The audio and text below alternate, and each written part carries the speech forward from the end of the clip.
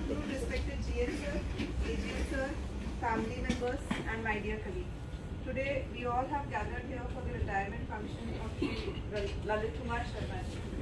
Life after retirement is like the second innings of life. It is something that comes with mixed feelings of happiness and nervousness. Try and reward yourself with the great and joyous vacation during these innings that you have always craved for. Wishing you good health, good luck, and great success in the second innings. Shri Lalit Kumar Sharma ji today has completed almost 35 plus years of successful service and is retiring from our office. He has served the bank at a lot of different places and a lot of different positions. Sir, on behalf of the entire ZDO team and the bank, I would like to congratulate you on your successful completion. I would like to request GM sir to felicitate sir.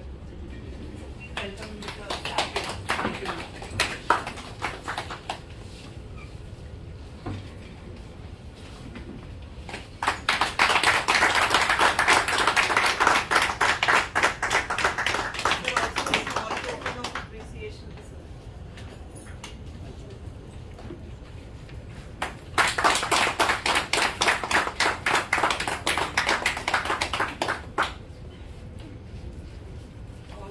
Memento on his superannuation that can stay with him.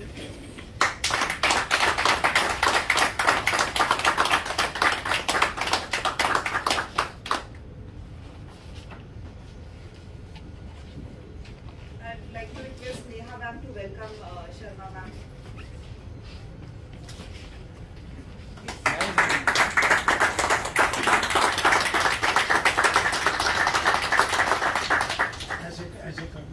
थोड़ा सा photo लेना चाह रहे हैं बच्चे।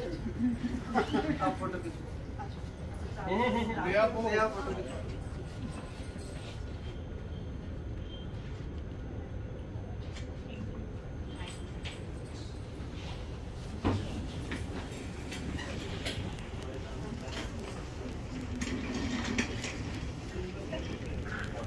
I'd like to request Neha ma'am to just please speak a few words.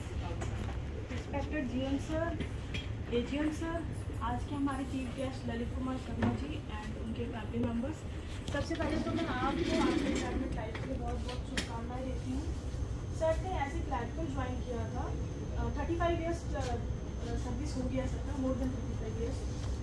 ज़्यादा interaction तो नहीं हुआ सर से।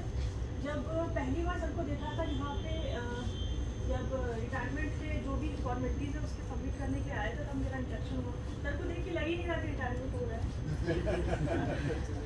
सर के अच्छे स्वास्थ्य की कामना करती हूँ और बहुत बहुत शुभकामनाएं देती हूँ। और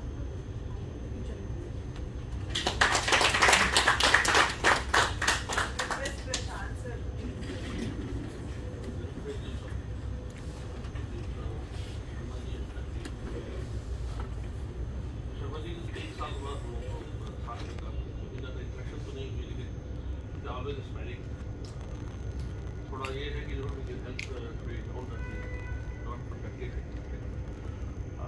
ऑलवेज स्पेलिंग गुड आस्पेक्ट लगता है ऑल द बेस्ट और सुख शांति से।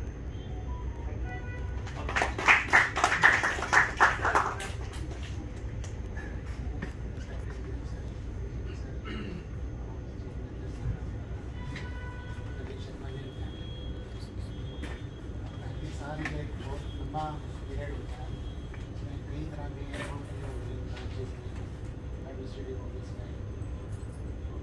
जो काम आप जिस हिसाब से करते चले आ रहे होंगे, थोड़ा सा आज के बाद ब्रेक लगेगा, आपको थोड़ा ब्रेक मिलेगा और ज़्यादा इंडक्शन तो नहीं रहा, लेकिन ठीक है, आप सब लोगों ने पढ़ाई है। थोड़ा सा लगता नहीं है वाकई में जो नया ने बताया कि इसको देख के लगता है कि कंप्लीटेड 60 ईयर्स। आप जो काम अपनी फैमिलीज बैंक की प्रायोरिटी की वजह से फैमिली के साथ नहीं कर पाए, तो अब आप नेक्स्ट अपना सही उसको डिज़ाइन करिए और अगली सही महीने के लिए आपको शुभकामनाएं, अच्छे स्वास्थ्य के लिए।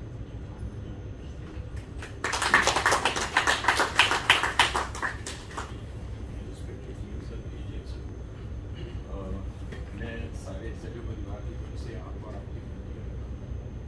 आपकी रिटायरमेंट की वैसे तो रिटायरमेंट डेट जिस दिन हम बैंक ज्वाइन करते हैं और इस लंबे पीरियड में ज्वाइन से लेके अभी तक की डेट के बीच में आदमी कहाँ कहाँ जाता है कहाँ नहीं जाता, मतलब ये डेस्टिनी होती है वो नहीं पता होता।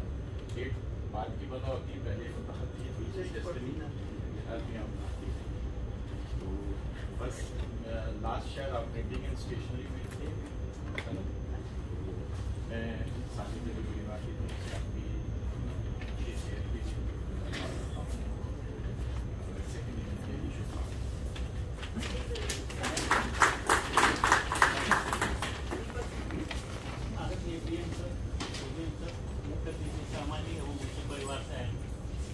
जैसा कि 1 महीने पहले लगभग समाजी से मैंने मुलाकात हुई, तो जैसे मैंने भी जब बात हुआ उन्होंने बताया कि 1 महीने बाद मैं रिटायर कर रहा हूँ, तो मैं यही बोला था सर आप रिटायर तो कर रहे हो लेकिन सीनियर सिटीजन वाला बेनिफिट नहीं मिलेगा आपको, तो उसने कहा जैसा कि लगा 35 साल की सर्विस सर करके आज जा रहे हैं, बहुत खुशी की बात है। हम लोगों के लिए बैंक के लिए एक सीनियर का गैप तो महसूस होगा ही, लेकिन आगे सर ये तो हमारा एक नियम ये जो होना है, सेवानिवृत्ति के लिए सर की शुभकामना, साथ में आगे स्वस्थ अच्छे स्वस्थ की कामना है।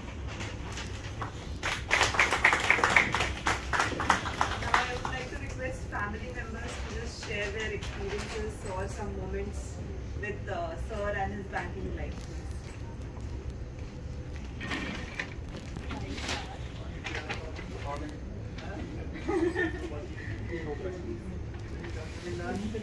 मेरा छोटा बॉम्बे है तो प्रेजेंट के लिए आए। Respected sir and all present officials. So actually, like I've completed 2 years of marriage this June. So like I've spent like 2 years with my father-in-law, and like I got married during the COVID. So I got actually a special chance to live with him for like good 1.5 years, and I've seen him working very hard. So like even though the period was COVID, but he used to get ready at time. Like we were posted in Amritsar actually, and at that time I got married. So I have closely observed him that how passionate he was going to his office, getting ready. Then like, he was always thinking about his work, and when he even used to come to home, he used to share all these things. कि बेटा आज ये किया, वो किया, अभी ये branch में जाना है. And there I think वहाँ पर वो कॉन्करेंट ऑडिटर ऑफिसर थे ना, तो वो हर थर्सडे को उनको नए ब्रांच पे मिलते थे. तो then he used to share like whenever he used to speak, उनके चेहरे पर एक जो ज़ील महसूस होती, हम लोग खुद कहते थे कि पापा आपको देखकर अभी लगता नहीं कि आपकी नेक्स्ट ईयर रिटायरमेंट है करके. स्टिल अदरवाइज हम लोग करेंगे, but sometimes we get tedious कि यार इतना सारा काम है, but we have never seen that thing on his face. So I like really comment that, and papa wish you a very very happy retirement to you. May God bless you with all good health, and thank you all for making this occasion so special. Because उन्होंने यहाँ पर उतना time spend नहीं किया, but still you all have taken so much effort to make this moment so precious. So thank you so much to all of you. Most of us could relate to what she's saying. हमारे लिए 35 plus to spend it once in an organization in itself would be a big deal. But yes, I guess this generation, they have dedicated their lives very wisely to the banking institution. Madam, आप कुछ बोलना चाहेंगे? मेरी शादी को 32 साल हो गए, पर मैंने इनको मतलब बहुत ही अच्छे से काम के प्रति अपने डेडिकेशन देखा. सुबह टाइम से उठना, टाइम से हर काम करना, टाइम से जाना, और मेरे हेल्प बहुत करते थे, हर चीज़ हेल्प करना. मतलब टाइम पता ही नहीं चला कैसे इतना टाइम बीत गया.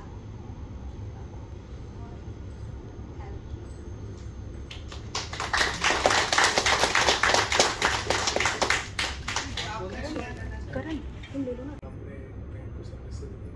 सबसे पहले तो मैं जेडीयू परिवार और बैंक की तरफ से आपको इसके लिए बहुत बहुत धन्यवाद देना चाहता हूँ कि आपको सर्विसेज एंड कॉन्ग्रेचुलेशंस आपकी इस सुपरएविएशन पर.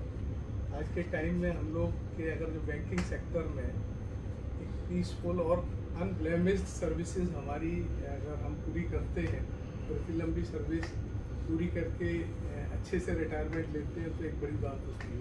आप लोग शायद अभी नहीं आइडिया होगा, लेकिन बैंकिंग सेक्टर में बहुत सारे हमारे साथ हज़ार्ड्स लगे रहते हैं। जब हम रिटायर होते हैं तो पता चलते कोई चिट्ठी मिल गई, कोई फंड्स हमारे ब्लॉक हो गए, तो वो सब पोजीशंस को भी हमें काम करते हैं उस टाइम ध्यान रखना होता है। लेकिन फिर भी कई चीज़ें हमारे से स्लिप हो जाती है, ह्यूमन बीइंग है। बट ये आपकी बिल्कुल क्लीन और अनब्लेमिश्ड सर्विसेज आपकी रही है, उसके लिए बहुत खुश हूं।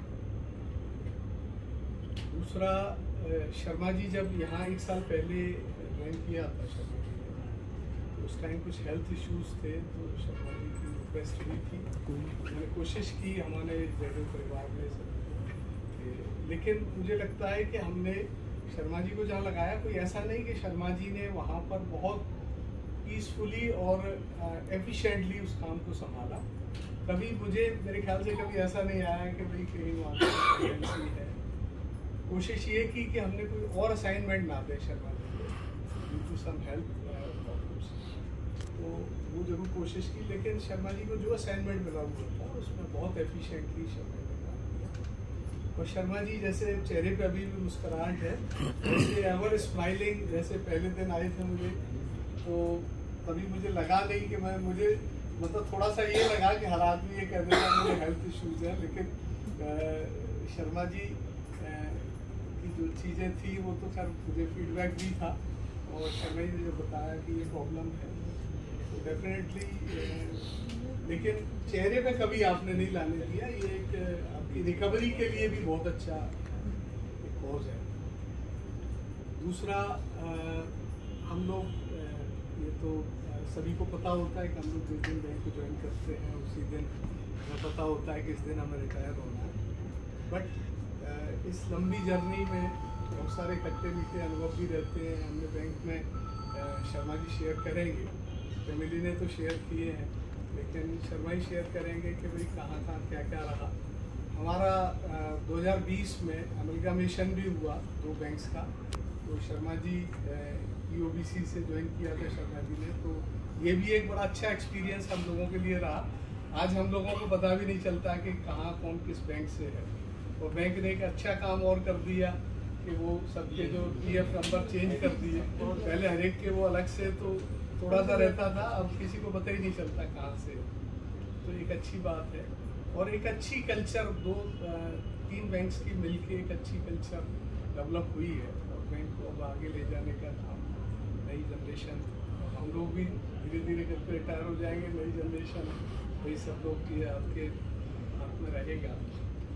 और बिटिया बता रही थी कि भाई जैसे लंबी जर्नी, तो और पूजा भी कह रही थी, बात सही है कि हम लोगों के टाइम पे तो हम सोचते नहीं थे, एक जैसे होता है ना कि एक जगह शादी हो गई तो फिर वो निभानी है ना पूरी लाइफ लॉन्ग, तो कभी सोचते ही नहीं दूसरी जगह जाने के लिए। तो वो आज की जनरेशन में अपॉर्चुनिटीज़ भी बहुत हैं, जंप भी करते हैं दूसरी जगह, अच्छा पैकेज मिल रहा है, अच्छी अपॉर्चुनिटी मिल रही है तो हम स्विच करते हैं। लेकिन मुझे लगता है अब भी गवर्नमेंट जॉब में आके कम लोग ही फिर स्विच करते हैं। एक लगता है कि चलो पीस ऑफ माइंड है, हालांकि ऐसी पीस ऑफ माइंड इतनी नहीं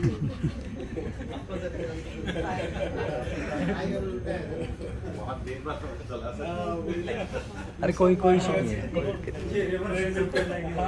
लगता है कि लोग बाहर से सोचते हैं कि यार गवर्नमेंट जॉब है, लोगों की सेफ जॉब है, तो ऐसा नहीं है।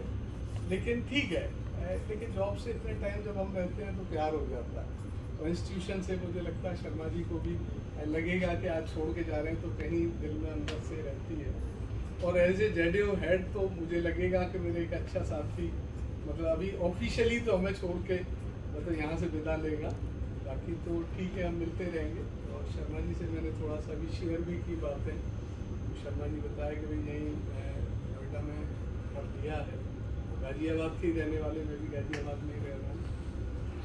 तो मैं वंस अगेन ईश्वर से बहुत प्रार्थना करता हूँ कि आपकी रिटायर्ड सुपरएनुएटेड लाइफ है पीसफुल रहे, हेल्दी रहे,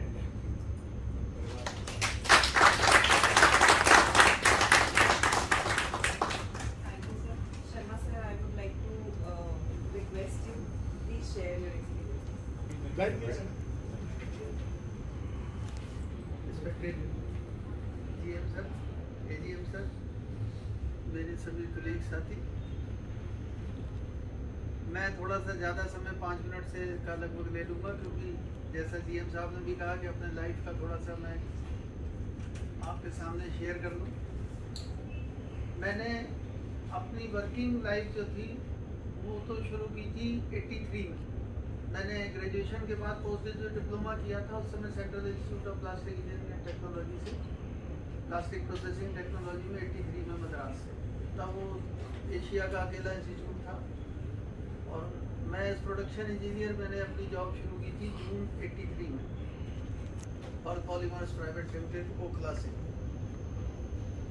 प्राइवेट में जैसा है इधर से उधर चेंज किया, उधर से उधर चेंज किया। तो मेरी सिस्टर स्टेट बैंक में उस समय 82 में सिलेक्ट हुई थी, बड़ी सिस्टर 83 में, तो वो स्टेट बैंक में थी। कहीं ना कहीं जब उनको देखता था तो मुझे लगता था यार पैसे तो मिल रहे हैं प्रोडक्शन इंजीनियर को, लेकिन जॉब मेरी और कहाँ उनकी। बैंक तब बड़ा अट्रैक्टिव जॉब थी, तो मन में ये ख्याल आया कि मेरी तो सोशल लाइफ खत्म है। 12-12 घंटे 2-2 शिफ्ट लग जाती थी, 24 घंटे 18 घंटे प्रोडक्शन का काम है, कहीं गड़बड़ हो रही है तो इंजीनियर को खड़े होना है, प्रोडक्शन इंजीनियर को। तो एजार्डस भी कुछ था, उस समय बड़ा चल रहा था प्लास्टिक, क्योंकि इम्प्रूवमेंट में तब नई नई चीज़ थी, तो अखबारों में बहुत आता था कि कैंसरस है, फलाना है, इसकी फ्यूम्स बड़ा नुकसान देती हैं। तो मेरे फादर ने भी मुझको जो है वो किया कि भाई तू ये छोड़ यार, तू अपना जो है बैंक का ही तू तैयारी कर, बैंक में निकलना अच्छा है अपना। क्योंकि मैं अपनी लाइफ में थ्रू फर्स्ट डिविजनर था, नेशनल स्कॉलरशिप मैंने लिया था, तो जैसे फादर को ज़्यादा वो होता है तो उन्होंने कहा कि यार तुम बहुत होशियार हो, उसमें एग्ज़ाम पास करोगे, आगे निकलते जाओगे तो बैंक ज्वाइन करो। तो 22 दिसंबर 86 को मैंने oriental bank of commerce Ghaziabad प्रादेशिक कार्यालय में ज्वाइन किया था एज क्लर्क कैशियर। पहले ही दिन जब ज्वाइनिंग के लिए गया था तो उस समय जो हमारे पर्सनल मैनेजर थे उन्होंने भी मुझे यही टोका कि भाई तुम तो प्रोडक्शन इंजीनियर कितनी सैलरी ले रहे हो। मैंने कहा 4,500। तुम्हें पता है यहाँ कितनी सैलरी मिलेगी? 9.5। मैं कहा जी आइडिया नहीं है। तो 965 रुपये उन्होंने बताया कि 965 रुपये मिलेंगे। तो वो उल्टा हिसाब था कि लोग जंप लेते हैं, कहने लगे तुम उल्टा कर रहे हो, 4.5 छोड़ के 965। और मैं सिर्फ इतना ही, क्योंकि साइंस स्टूडेंट था, ज़्यादा कोई दिमाग उस समय सरकारी नौकरी इन सबके थे नहीं। मगर सर अगर पोस्टिंग यहाँ दोगे तो मैं ज्वाइन कर दूंगा, गांव में दोगे तो नहीं करूँगा। अगले पोस्टिंग तो आपको हम यहीं दे देंगे रीजनल ऑफिस में, कोई दिक्कत नहीं। मैंने तुरंत ज्वाइन कर लिया। बाद में पता चला कि बैंक में कल ही मुझे ट्रांसफ़र कर देंगे तो मैं क्या करूँगा। गाँव में अगर चिट्ठी दे दी, पर लकी रहा मैंने वहाँ ज्वाइन किया। उसके बाद क्लरिकल में ही नासिरपुर ब्रांच में ट्रांसफ़र हुआ। 94 में स्केल 1 बना मैं, तो कुलदर ब्रांच थी, फिर नासिरपुर में एज लोन अफसर काम किया। लगभग 3.5 साल की स्केल 1 अफसर की मेरी जॉब थी। तो 98 में मार्च 98 में ओरिएंटल बैंक ने यहाँ वैशाली में अपनी ब्रांच खोलनी थी, इनकम टैक्स ऑफिस बिल्डिंग में, इनकम टैक्स दिल्ली के लिए। तो वहाँ फिर उन्होंने मुझे एज इनकम मैन सेलेक्ट किया हमारे रीजनल हेड ने। तो मैंने वहाँ से अपना मार्च 98 से 25 मार्च 98 को पहली बार इनकमेंसी की। उसके बाद वहीं पे 3 साल रहा। फिर मैं गुलदर ब्रांच में इनकमेंट बना। 2001 में अगस्त में मेरा वो स्केल 2 प्रमोशन मिला, तो मैं सहारनपुर में मोती चौक ब्रांच थी, बिजनेस थिएटर के नीचे, वहाँ एज इनकमेंट रहा 3 साल। फिर वहाँ ओरिएंटल बैंक की दिल्ली रोड ब्रांच मैंने ओपन कराई नहीं एज मैनेजर। फिर मेरा ट्रांसफ़र हुआ 2006 में लेदौन ब्रांच थी शामली में, काफ़ी पुरानी ओरिएंटल बैंक की रूरल ब्रांच थी। वहाँ मैं 2006 में गया। 2008 में वहाँ से ट्रांसफ़र होकर फिर बहादराबाद हरिद्वार में वहाँ एज इनकमेंट किया। 2009 में स्केल 3 प्रमोशन हुआ, तो मुझे लक्ष्मणगढ़ ब्रांच सीकर डिस्ट्रिक्ट राजस्थान में एज इनकमेंट भेजा गया। 1 साल वहाँ एज इनकमेंट रहा। 2011 में फिर वहाँ से मेरा ट्रांसफ़र हुआ श्रीगंगानगर, जो मैंने ही कराया था, क्योंकि तब मुझे घर से पहली बार ये शिकायत हुई थी। लकी में ये था कि जहाँ भी ट्रांसफ़र हुआ मेरी फैमिली मेरे साथ थी, और मुझे माँ बाप का भी आशीर्वाद रहा कि उन्होंने भी अपना यहाँ गाजियाबाद का घर छोड़ा कि ठीक है साथ रहे। मदर की अनफॉर्चुनेटली 2003 में डेथ हो गई थी सहारनपुर में, फादर साथ थे। तो सीकर बहुत ज़्यादा उस टाइम में ना बिल्कुल पूरी तरह शेखावटी बैठ थी, तो राजस्थानी कल्चर था।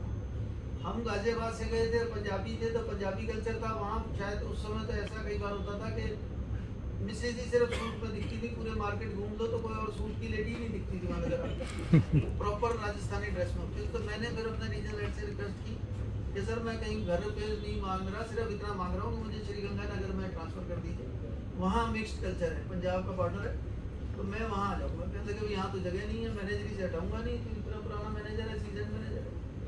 लेकिन बाद में जब उन्हें मैंने कहा जी मेरे फादर को ऐसा हो गया, वो लिटरेरी पर्सन है, उन्होंने दिल्ली से टीवी पे उनकी टॉक्स वगैरह आती है, सब कुछ होता है, उन्हें तो जेल हो गई है, अब यहाँ से वो जा नहीं सकते, कुछ नहीं कर सकते, तो उन्हें तो सजा हो गई है मेरी प्रमोशन।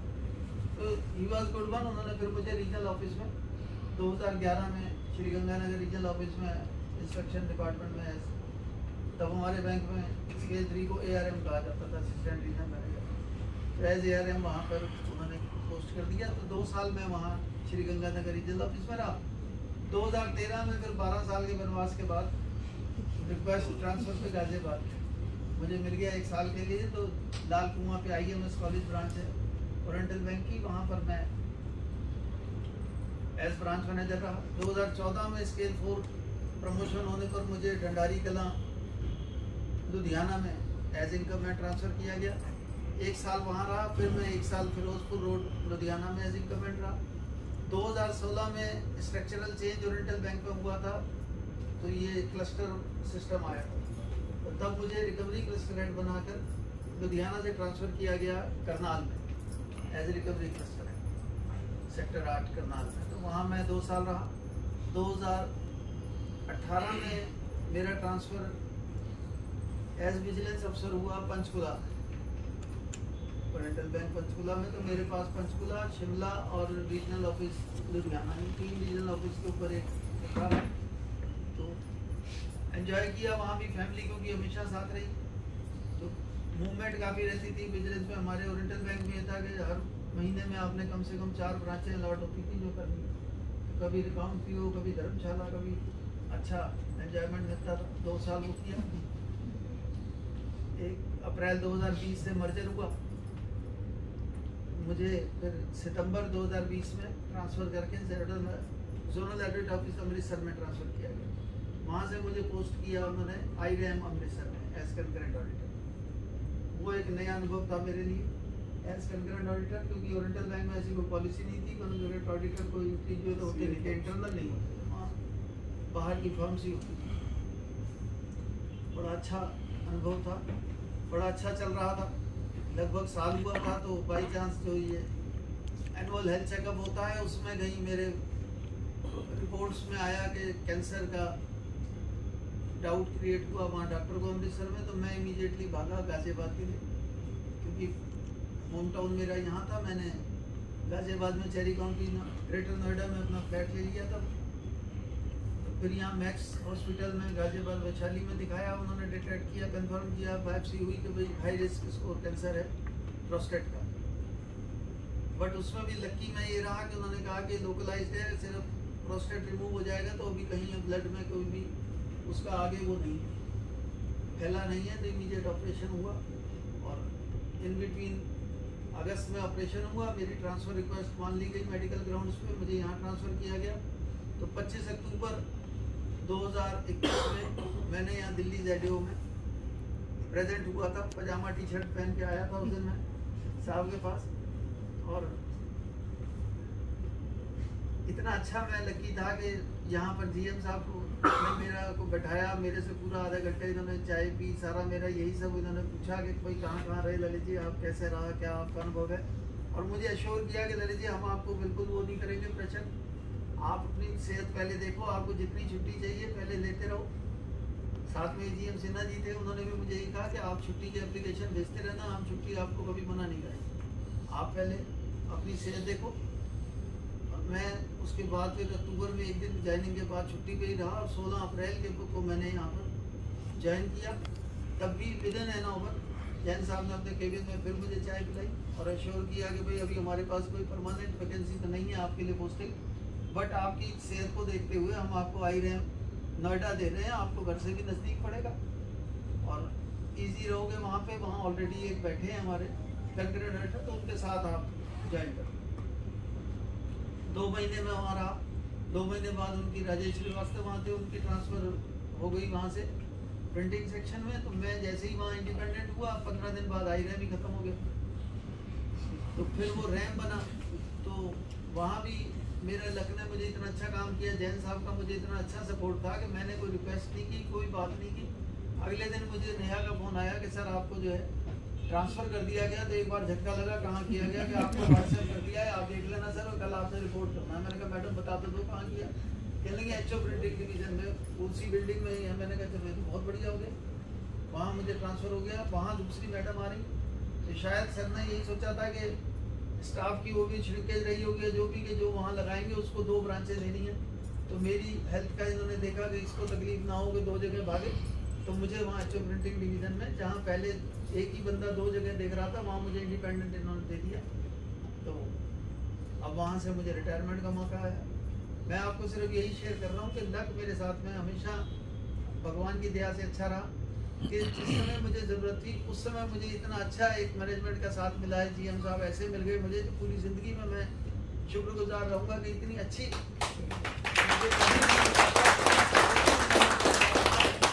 मुझे वहाँ पोस्ट किया। उसके बाद में मैं आराम से वहाँ चला हूँ, और आज मेरी रिलीविंग 35 साल 10 महीने 10 दिन की मेरी यहाँ की नौकरी हुई है बैंकिंग सर्विस की। तो आज दिल्ली के अंदर जहाँ मैं कभी एक दिन भी किसी ऑफिस में नहीं गया था, हेड ऑफिस को छोड़ के, जब कभी इंटरव्यू के लिए जाना पड़ा हो ओरिएंटल बैंक के, यहाँ से मुझे रिलीविंग का मौका मिल रहा है। और जैन साहब के यहाँ तो रिलीविंग का मौका मिल रहा है।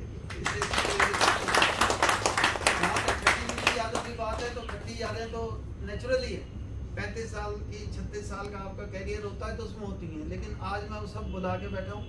और मेरा, अगर आप जो बार बार कह रहे हैं कि चेहरे पे स्माइल है और लगते नहीं है, उसका शायद एक राज यही है। मैं आपसे सभी यही शेयर करता हूँ कि हम परिवार हैं। बहुत ज़्यादा खट्टी बातें भी होती हैं, बहुत कुछ होता है, बट मेरी शुरू से नेचर रही कि शाम को जब घर गए उसके बाद में उसको वॉश आउट कर दिया, कभी उसको फिर आगे सोचता नहीं। दिस इज द मेरा अगर आपसे कभी बहस हुई है, झगड़ा हो गया, मार पिटाई तक की भी नौबत आई है, ऐसी स्थिति भी हुई है, आपने मेरी कंप्लेंट भी की हो, कुछ भी करने की नौबत आई हो, लेकिन जैसे ही वो इशू खत्म हुआ, शाम को चाय पी है, सुबह उठ के आपको बुलाया केबिन में, आपको चाय पिलाई, बैठ के नाश्ता किया और इकट्ठे खत्म। वो इशू दोबारा करोगे, दोबारा बहस होगी, नहीं करोगे जिंदगी में अपना बढ़ेगा। तो कभी भी मैंने किसी चीज़ को, खट्टी जात को रखा ही नहीं। वास्तव में कई बार इनसे भी कहता हूँ, यार उसने मुझे कहा था और पढ़ा था, दिमाग में अब क्या कहा था, छोड़ो, खत्म हो गया, क्यों याद? अच्छी चीज़ें जरूर याद होगी, बुरी चीज़ें कोई खट्टी यादें हैं ही नहीं। इसीलिए एवर स्माइलिंग है, और भगवान करेगा तो आगे भी आप लोगों की दुआएं हैं। मैंने ये भी लक है कि देखिए ओरिएंटल बैंक में इतना काम किया, छोटे बैंक छोटा बैंक बड़ा बनाना है, सारी ज़िंदगी इसी में लगे रहे। और एकदम गवर्नमेंट का डिसीजन रहा, हमारा लग रहा कि रिटायरमेंट से 2 साल पहले इतने बड़े बैंक में, जो इंडिया का 2nd नंबर का बैंक था, उसमें नौकरी करने का मौका मिल गया। और आज भारत सरकार का अपना बैंक है, तो पब्लिक सेक्टर के अंदर जो सबसे बड़ा बैंक है, वहाँ से मुझे रिटायर होने का मौका मिल रहा है। हमेशा ये रहेगा कि मैं पंजाब नेशनल बैंक से रिटायर हूँ, ये बिल्ला मेरे पास रहेगा। तो ये 91 से जब ज़्यादा तभी से चल रहा था कि अब मर जाऊँगा, तो सोचा मैं क्या हम जाएंगे, हमसे मर्ज नहीं हो पाए। लेकिन हमेशा परमात्मा ने अच्छा किया, बीमारी दी, इतनी खतरनाक बीमारी थी तो उससे बचा भी लिया, लोकलाइज थी, ठीक ऑपरेशन हो गया, सब कुछ हो गया, आई एम फाइन, अब कोई दिक्कत नहीं। सब लोगों का शर्मा जी मेरे को उसकी फोटो देख के लग रहा है आपको बॉम्बे जाना चाहिए। मैं भी यही कह रहा हूँ सर, बिल्कुल विनोद खन्ना लग रहे हैं। मेरे फेस में ज्यादा फर्क भी नहीं है, मुझे मैंने अभी 2 महीने पहले ही रख ली, इसीलिए कि रिटायरमेंट में चेंज कुछ लगे सर। हमेशा क्लीन ही रखता हूँ, काफी सारी फोटो मेरी क्लीन की थी, तो उसमें आपको चेहरे में फर्क नहीं लगेगा। ऐसा ही है, तो बढ़िया है सर, सब कुछ अपना बढ़िया रहा। आज इतने बड़े बैंक से मैं रिटायरमेंट ले रहा हूँ, और सारे लाइफ में मुझे सबका, साथियों का, कभी खट्टी यादों वालों के साथ भी बड़ा अच्छा सहयोग आगे पीछे बहुत अच्छा मिला है।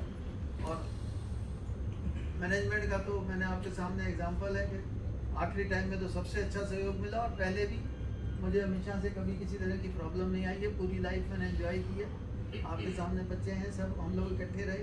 कभी जो कि सबसे बैंकर के लिए सबसे बड़ी दिक्कत है, प्रमोशन पे अलग रहना पड़ जाता है, फैमिली एक जगह, मैं दूसरी जगह। सिर्फ एक बार जब सहारनपुर में मेरी ट्रांसफ़र हुई हरिद्वार से सीकर, तब इसकी 11th हुई थी, तो काफ़ी लोगों ने भी कहा, ये भी मुझसे रिक्वेस्ट करता था कि पापा 12th यहीं से उन्हें दो, वहाँ राजस्थान का कल्चर भी लोगों का, मेरा फ़र्क पड़ जाएगा पढ़ाई में, मगर कोई बात नहीं है, 10% कमी आएगा। ज्ञान कलेश इंटरनेशनल। अच्छा, नहीं वहाँ तो दो ही थे, एक सोफिया और एक सेंट मेरीज। वो ICICI मैं सीरियस। ज्ञान कलेश इंटरनेशनल स्कूल वहाँ का जो वो हैं MLA संजय गुप्ता, उन्होंने खोला था। मैं क्योंकि मैं भी सहारनपुर में पढ़ा हूँ स्कूलिंग में, उन्होंने दिल्ली रोड पे एक नया सेंट कॉलेज, नया स्कूल खोला था। लेकिन ये था तो तब भी फिर मैंने इसको ये कहा, मैंने कहा यार तू 80 की जगह 70 आ जाएंगे, कोई बात नहीं, 12th के बाद तो कंपटीशन में मार्क्स तो चलते ही नहीं है, वहाँ तो कंपटीशन होता है, छोड़ पड़े तू साथ चल। ये हालांकि तब थोड़ा सा परेशान था, लेकिन ले गया मैं इसको साथ में। मैंने कहा फैमिली अलग नहीं रखनी, भगवान की दया से ठीक है, जो होगा कैरियर अच्छा बनेगा, कंपटीशन की तैयारी करना, निकल जाना। तो उसके बाद आज तक हम लोग इकट्ठे ही रहे, तो वहाँ भी लकी रहा। सब चीज़ें मेरे लिए बहुत अच्छी हैं और उम्मीद करता हूँ कि आगे भी आप लोगों के साथ जैसा प्यार आपने आज दिया है ऐसे ही आगे भी बना रहेगा। और जब भी मेरी कहीं कोई ज़रूरत है, वैसे तो पड़ती नहीं, लेकिन मैं कभी, मेरी आदत है मोबाइल पे जो है NCR में आके ज़रूर उल्टे सीधे फ़ोन बहुत आते हैं, तो कई बार ट्रूथ कॉलर पे अगर वो लाल आ जाता है तो उसे वापस कॉल नहीं करता, लेकिन अगर नीला आता है तो मैं, मेरा फ़ोन 24 घंटे मोबाइल ऑन है। अगर आपका कोई भी कॉल किसी भी कारण के लिए आएगा तो अगर रिसीव नहीं भी कर पाया तो वापस कॉल जरूर करता हूँ। तो आजकल वो लाल वाला भी देखना पड़ता है कई बार, वो इसलिए कि बच्चे आजकल वो ऑनलाइन बुकिंग कर देते हैं, कोई ना कोई सामान वाला वो लाल में ही आता है, वो लाल में आता है। कई बार अपना भी हो जाता है, वो उन दिनों में लाल को चेक करना पड़ता है, वो डिलीवरी मैन वाले का हमेशा लाल में ही आएगा, और अगर वो मिस कर दिया तो डिलीवरी नहीं मिलेगी। बहुत बढ़िया, आभार आप लोगों का, बहुत अच्छा आप लोगों ने वो किया। और मैं एक बार फिर जैन साहब का बहुत बहुत शुक्रिया करूँगा, जिन्होंने इतना अपना आत्मा को रखा। So thank you very much for sharing your experience, and I am sure that everyone out over here is really inspired by whatever you have said. आपने कैंसर जैसी बड़ी चीज़ को इतने easily बताया है, and I'm sure 35 years में there would have been bad experiences, but आपने एक भी ये नहीं सोचा कि it was some kind of hindrance for you, and I guess that is really a big inspiration for all of us. Thank you. As a token of appreciation from all.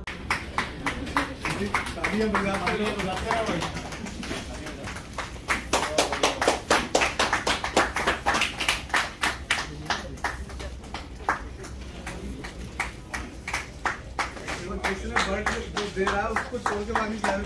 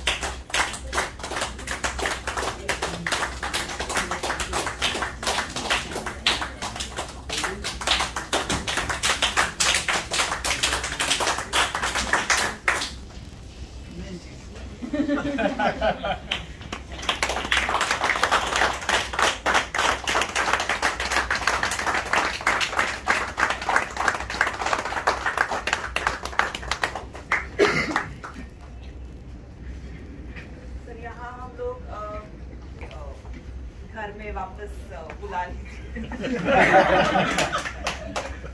मैंने भी तो करना है। हाँ जी। नई इनिंग की शुरुआत तो यही है।